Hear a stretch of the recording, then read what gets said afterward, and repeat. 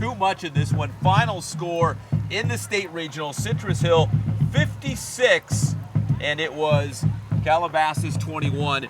Coach, quick thoughts before we get to the highlights. We've got Angel Vizcarra on the field as well with some interviews, but just quick thoughts on this game. Well, Citrus Hill dominated both lines of scrimmage. Calabasas got off early and they were able to throw the ball, but when the Citrus Hill defensive line started to exploit the offensive line of Calabasas and started to get pressure, move the quarterback out of the pocket, they created plays. From far as offensively, they had a three-headed monster, Floyd, Fisher, and McKaylee. Got to add the big fullback. The big They love fullback the showed up here at tonight Cittus Hill. on key third down plays.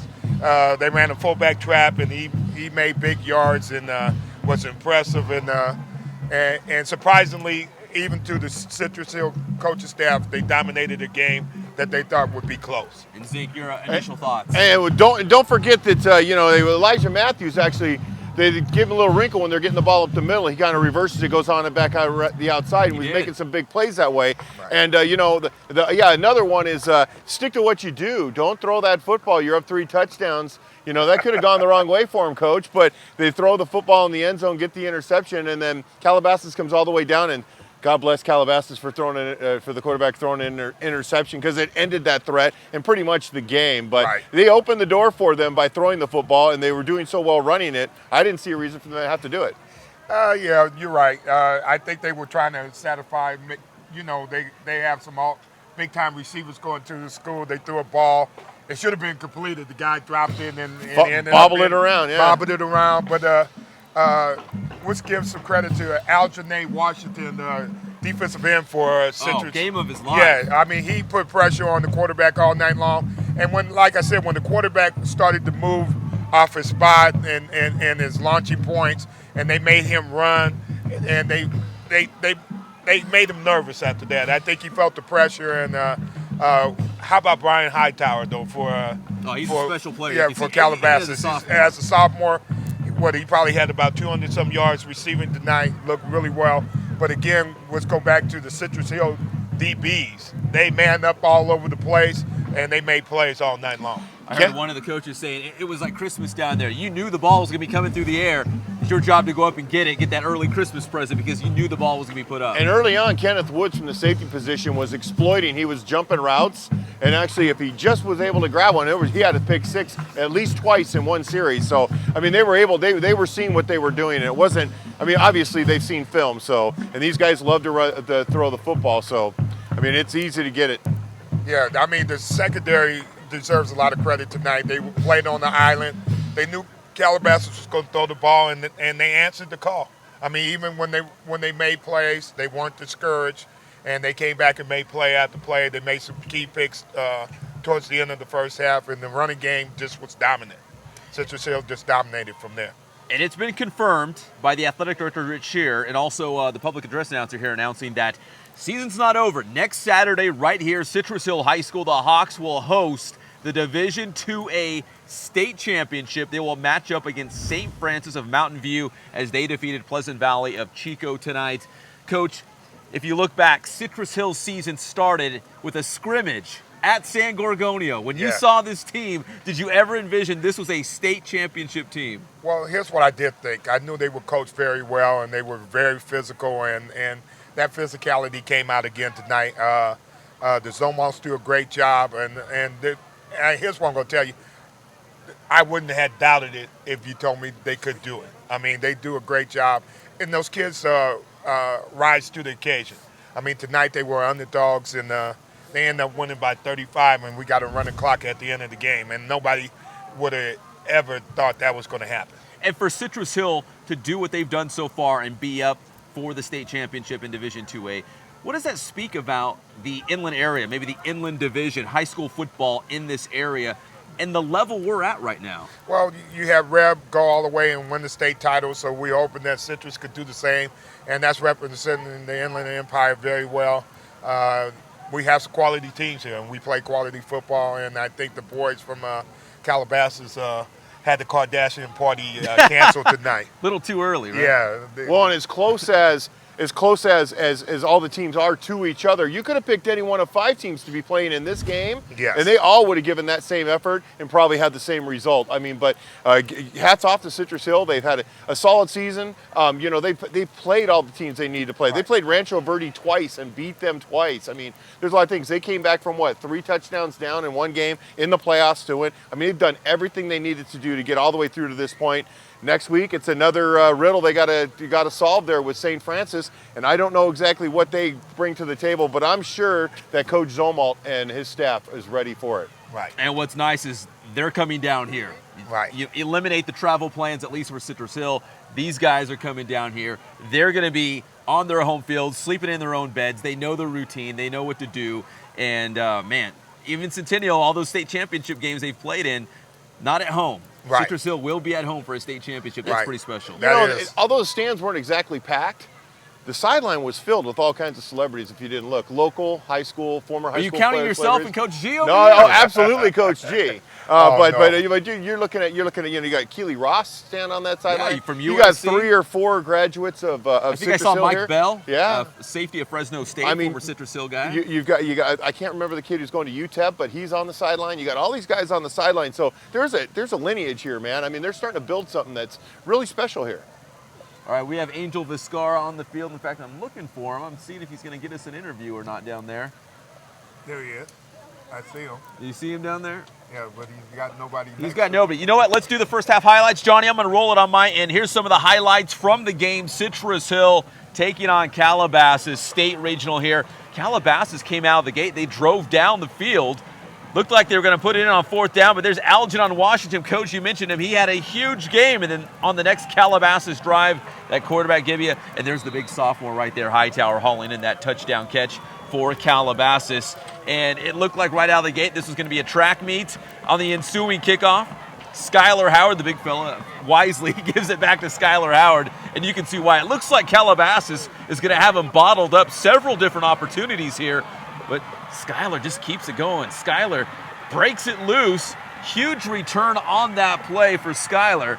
And Skylar Thomas, a.k.a. Scruff. Yeah. They call him Scruff. Well, there Skylar are many Thomas. times that guys thought they had tackles on Citrus Hill player, and you know, a little whoop whoop. And he They got did. him There away. was Dumar Fisher. He got through that defense, goes in for their first touchdown of the game after that big return from Skylar Thomas. That made it 7-7. Calabasas still with the ball, trying to go downfield. And there's Algernon Washington again, strips the ball loose, recovers it deep in Calabasas territory, and that would set up this another Citrus Hill touchdown. This time it's the dude, Devin Floyd, going in for the score, and that made it 14-7, Citrus Hill on top. Citrus Hill still with the ball. Here comes another heavy dose of the dude. Another big-time run as he goes into Calabasas territory, finally pushed out of bounds inside the 10-yard line, and that would set up this. Dumar Fisher flying over the pile and in for the touchdown. 21-7 Hawks on top, and here comes Calabasas trying to get something going. Gebbia going deep, but he is intercepted by number 6 for the Hawks. Michael Washington. Michael Washington, thank you, Zink. And here comes Devin Floyd. Nice carry, as no surprise to anybody. A heavy dose of that ground game between Floyd and Dumar Fisher. We're going to get McKaylee in the highlights in a second as well. But here comes Devin Floyd, stays on his feet, crosses the goal line. And at this point, Citrus Hill beginning to pull away a little bit of separation from Calabasas. And there's Mrs. Zomalt. There she is on the sideline giving out high fives and encouraging the team. Here's Gebbia for Calabasas and just really nowhere to go. There's Algernon Washington again. I told his dad he's having the game of his life tonight. Huge game by that Citrus Hill defense. Even though Calabasas was able to move the ball, really Citrus Hill's defense came to play in this one. This time going downfield. They do get the touchdown on that play. That would make it 28-14. And Elijah Matthews, remember, they've got a quarterback. Right. He's going to roll out, picks up a big first down here inside the red zone to about the 19-yard line. And Citrus Hill would keep on driving. Here comes Dumar Fisher, staying on his feet, bounces outside, goes in for the touchdown. And guys, the route was on at this point as Citrus Hill was looking to punch their ticket to the state championship game. Gebbia going deep downfield. This time bounces around, picked off by number 7, Deron Davidson for the Hawks. And check out the gold shoes. Citrus Hill's secondary knew it was going to be a very busy night, and they answered the bell. Here comes the big fella. We love this guy. McKaylee going in for another Citrus Hill touchdown. This was in the third quarter. That would basically put this game away. How about one more big-time defensive play by Citrus Hill as Calabasas was going towards the end zone, but another interception for Washington. And here comes one more Citrus Hill touchdown before we round out these highlights. And guess who it is? Another running attack from Dumar Fisher goes in for the touchdown. Guys, they made it kind of look easy tonight. We just saw the highlights. We'll go with Coach G and then David Zink, you're next. Your thoughts on just a dominating game for Citrus Hill? Well, first of all, the little big men. Fisher and Floyd, they're both about 5'6", maybe 5'7" at most. I think it's the time of the little man, JJ at Centennial, and these two guys today, they packed a load. I mean, they came down and you think they're little guys, and you hit them, and they look 160, 170, but they play like they're 200, and they hit you hard. And then with McKaylee coming downhill as well on the fullback trap tonight, they just really punched the ball at Calabasas, and Calabasas couldn't stop them. And you could, in the running game, when you can't stop them, you start to get wore down, and they were wearing them, Calabasas, down, and you could see that they were about ready to break. And I think in the third quarter, when they had the 6-minute drive at the beginning of the third quarter, put a touchdown up to go up by 21 points, that was the beginning of the end. Time was against Calabasas in the third quarter, and you talked about, man, they ate up a lot of that clock, right. And it was done deal. They punched it in for the touchdown, and Citrus Hill, as we saw, goes on to a 56-21 victory. Zink, you saw the highlights. Actually, you know what? Hold on. Before we get to you, real quick, Angel Vizcarra is on the field. He does have an interview. Angel, let's go down to the field, and he's with a regional champion, head coach Eric Zomalt. Angel, Thanks, take Pep. it away. I'm here with Coach Eric Zomalt. Coach, you guys came into a tough matchup tonight. Your defense got the job done. They were scrappy all night, getting takeaways against a tough quarterback on the Calabasas side. What do you have to say about the way your defense played tonight? I'm just proud of the way our kids responded. I mean, they went down and scored early and made a few plays. Turn out the lights. And our kids could have hung their heads, but this is a really tough-minded group, and they're super resilient, and they found a way to make some plays and kind of turn the tide for us. All right, Coach, and you guys have a really unique situation in the way that you'll be going for the CIF State Championship here at home next week. How does that feel, going for the title at home? This is crazy. I mean, who is fortunate enough to play the regional round and the championship round at home? I mean, I just feel unbelievably lucky, and I honestly, I don't even have words to express how proud I am of this group, and how excited I am about having one more game to play. All right, it's been an especially long season for you guys. Tonight was your 15th game. How do you keep the players focused and, physically healthy for these matchups?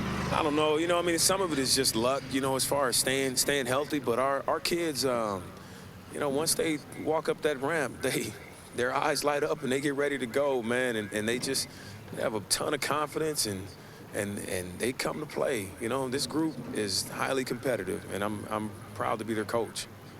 All right, and your team is really geared down throughout all the playoffs. What's going to have to go right next week for you guys to come away with that state title?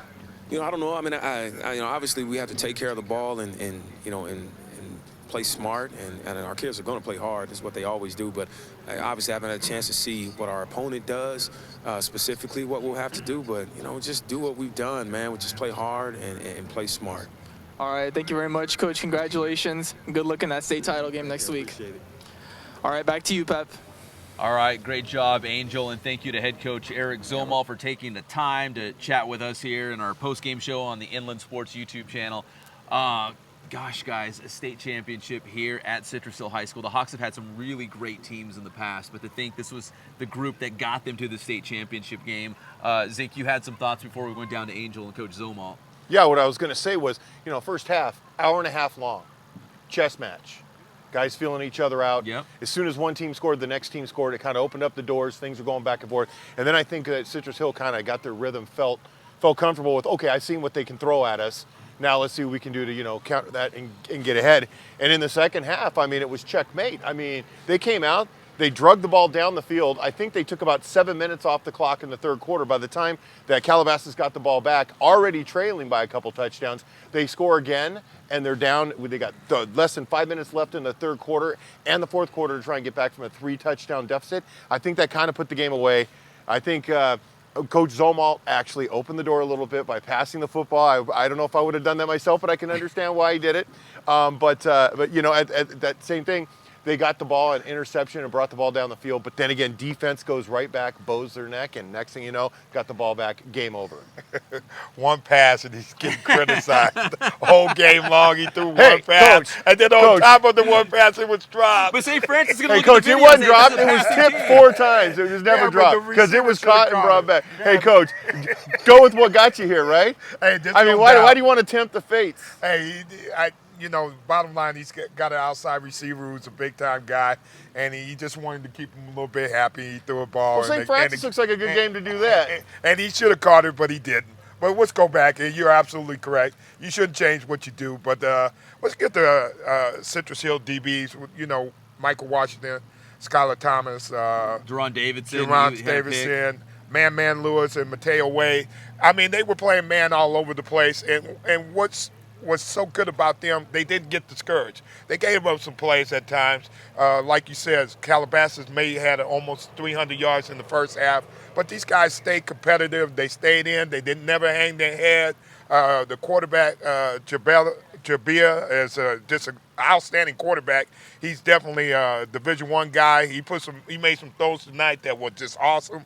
But these guys, the Citrus Hill DBs, just hung in there. They were physical. They were tough. And I think the Calabasas receivers weren't used to guys being on them like these guys were. Even when Calabasas guys made plays, they made plays with guys hanging on them and guys being physical with them. And I think that was a new kind of feeling for the Calabasas kids. They probably were just dusting kids off where they were at, creating a lot of separation and had some wide open catches and throws. And tonight just wasn't that way. Everything they had to compete. And that's because these Citrus Hill guys, they were grinding all the way through, from beginning to the end. It's a really good sign when you're over on the sideline and you see offensive linemen arguing with each other and you're winning a football game. That's a really good sign. These guys aren't looking for just to do well. They want perfection. They want it done right. And when someone's calling somebody out on something, there was all of a sudden this beef that they had to kind of settle. You could tell the linemen had a little beef with each other. They got all back together and they take the ball back down the field again. But it's fantastic to see that this late in the season, the passion that all these guys have. I want to get this done right. I want to get it done perfectly. Well, that was Tessie McKaylee and, you know, number 72. And let's give that offensive line credit. They opened up holes. They dominated from the beginning to the end. And that offensive line for Citrus Hill, led by Tessie McKaylee, you could tell he was the spiritual and physical leader of that team. Absolutely. And he was unhappy about not being able to run the ball at the end of the first half. And they got it together, and they put a 6-minute drive. And like I said, I think that was the beginning of the end and really broke the Calabasas spirit there. Well, if you're a team that likes to throw the football, the last thing you want to do is see a team leave your offense on the sideline for a good long time as you march down the field and score, because then they want to get right back on the field and do it. And if you can hold them to a 3-and-out, I think you've pretty much decimated their confidence. Well, and the other part is the mark of a true champion is when Citrus Hill went down 7-0, they answered right away. And I think that was huge. And every time there was a play being made, Citrus Hill always responded with something positive. And like you said, that's the makings of a champion. My favorite play of the game, I think it was a kickoff return. And I think he probably, I'm trying to think who was returning that. But Was it Skylar Thomas? Skylar Thomas. And I think he used about 85 or 90 yards of field to get about 65 yards. But it was really, you know, that X factor they use on ESPN where you can get above and see the path that he took. I mean, do you see how many missed tackles were there? There were several opportunities he thought he was going to be bottled up. Easily. He was bottled up on one side of the field and bottled up on the other side of the field, and he still got 65 yards down the field. Well, once again, 56-21 the final score. If you are just joining us, Citrus Hill will host the Division II-A state championship next Saturday right here, Citrus Hill High School, a 6 o'clock kickoff against St. Francis from Mountain View. That's up in the Bay Area. And wow, the magical season for the Hawks continues for at least one more Saturday. And next Saturday up north, we'll have Centennial playing for the Open Division State Championship against De La Salle. Guys, real quick before we wrap this up, your thoughts, Coach, on a team that you used to coach, Centennial, former head coach for the Huskies, as they play against De La Salle next Saturday at Sacramento State University. I know they have a lot of respect for De La Salle. It's a chance for a national championship. I know they want it badly. I know their Centennial will be prepared. We know there are going to be a lot of points put up. And we'll see if Centennial can get enough stops to win the championship. And, of course, like always, I'm pulling for them. And, Zeke, we're big Matt Logan guys, as is Coach G. As you well know, I always said, it always goes back to where, Pep? Matt Logan. Matt Logan. Everything goes back to Matt Logan. And Matt Logan is a guy that you never bet against. I don't care who they're playing and what year, how many times they've lost to De La Salle. I believe that this year is the year that they finally get back at De La Salle and complete this. I'm not going to say fairy tale because it's not a fairy tale, but it's definitely a one for the ages type football season for Centennial football. I mean, everything is gone well. Hopefully this last week will go well for him too, and I'm sure Matt Logan has an answer for anything that De La Salle will bring at him next Saturday night. Well, it's a big accomplishment if you could win, and it's a national championship, not a state championship. Absolutely. It's a national championship. And with the 10 CIF championships and a couple state championships, this would be the feather, on top of that. Absolutely. Yeah, so it's an exciting time for Centennial, and the best of luck to them.